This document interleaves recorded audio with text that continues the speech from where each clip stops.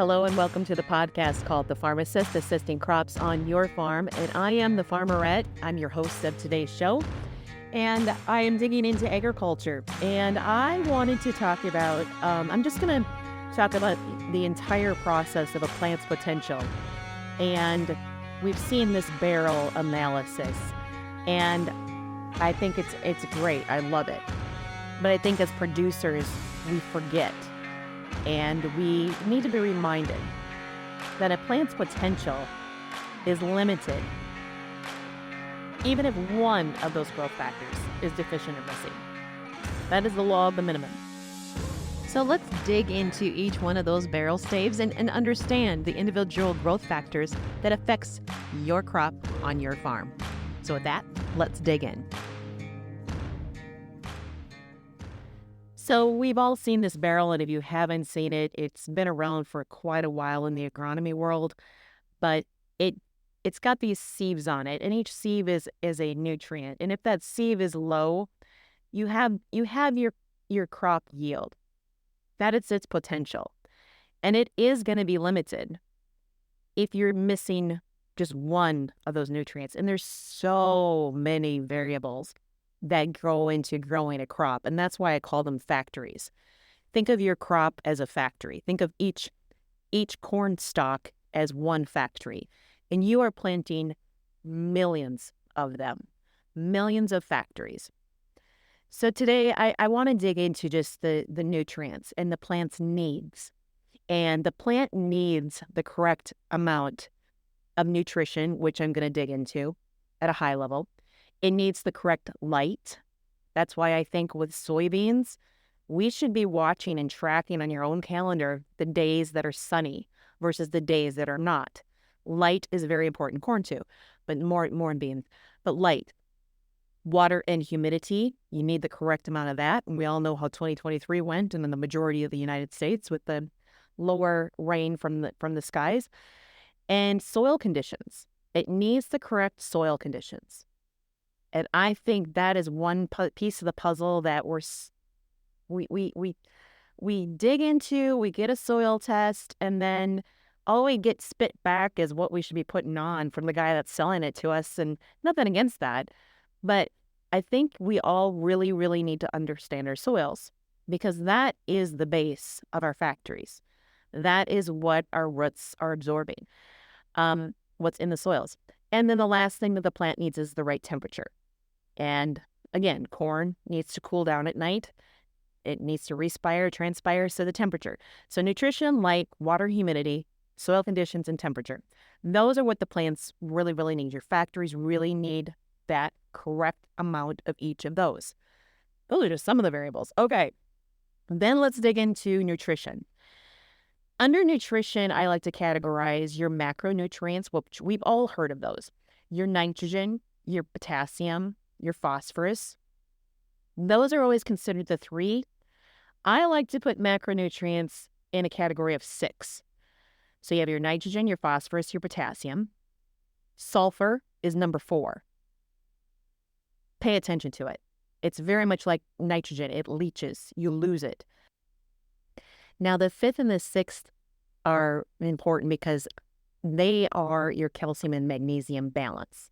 And the balance of calcium and magnesium in your soil can help balance out that pore space and allow water and nutrients to flow correctly through the soil. And in increasing that pore space, it helps with the nutrient availability, the water draining capacity, and it makes more of an ideal air-water relationship. I see this in soils.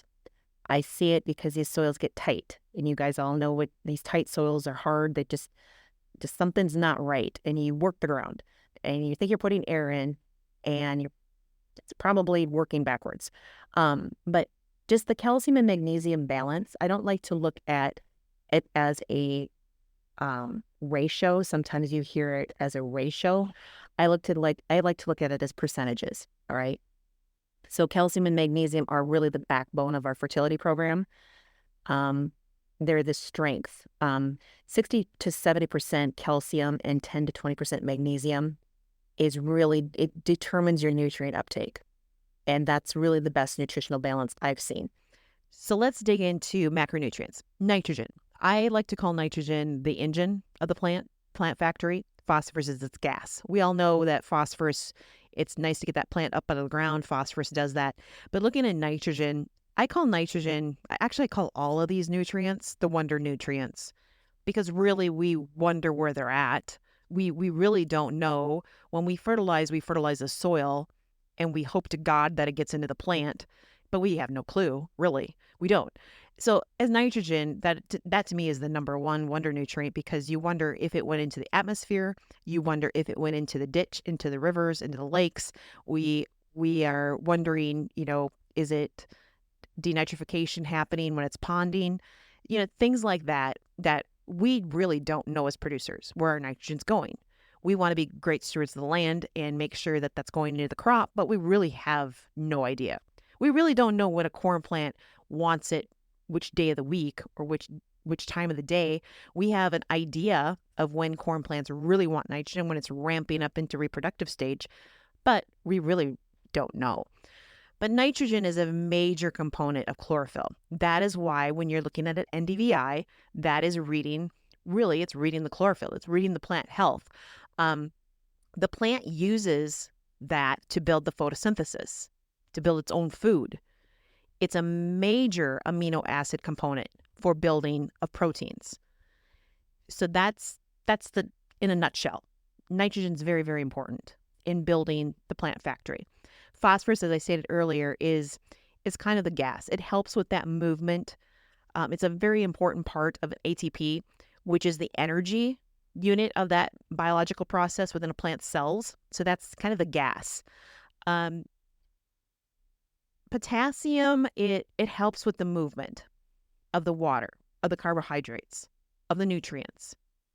And if I'm noticing a lot of potassium levels are low on soil tests, you may think you have enough out there, but potassium is very, very important in order for your nitrogen to be taken up. So if you're short, or maybe you're really, really high, it's positively charged, maybe that's out of balance too. So watch your potassium because it has a lot to do with the movement throughout that plant tissue. It also activates enzymes in the plant that control that protein, the starch, the ATP production. That's very, very crucial for the phosphorus and nitrogen. It plays a role in pulling that all together.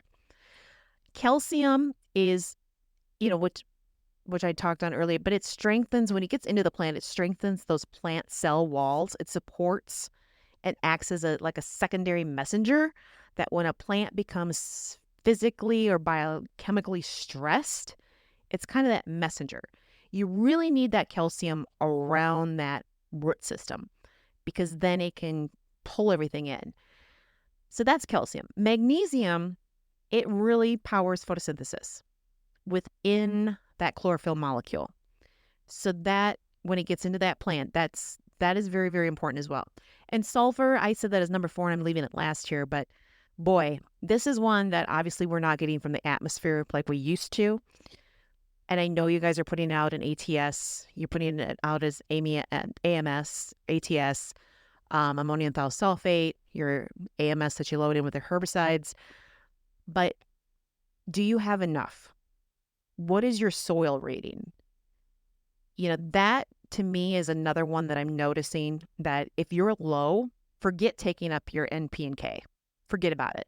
If you do not have it in your soil, you are going to struggle getting the nitrogen, the phosphorus, the potassium into your crop. Mic drop right there. Sulfur is needed to help those plants produce chlorophyll and metabolize nitrogen, period. That is what sulfur does.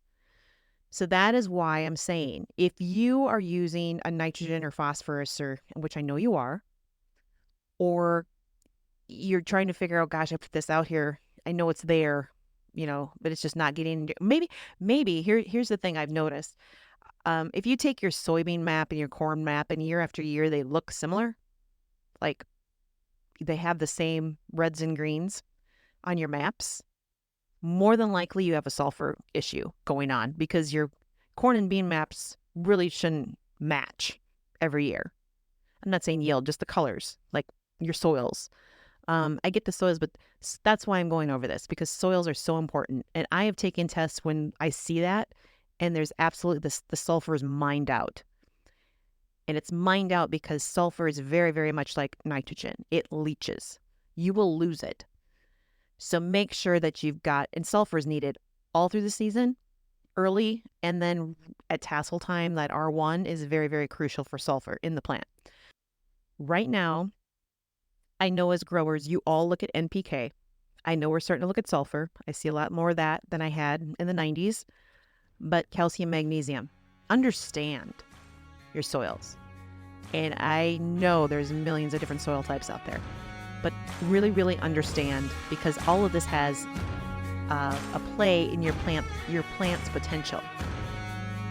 So thank you again for listening in. I am the Farmerette. This is the Pharmacist Podcast. I'm assisting crops on your farm, even though I'm not walking right next to you. I hope you listen in.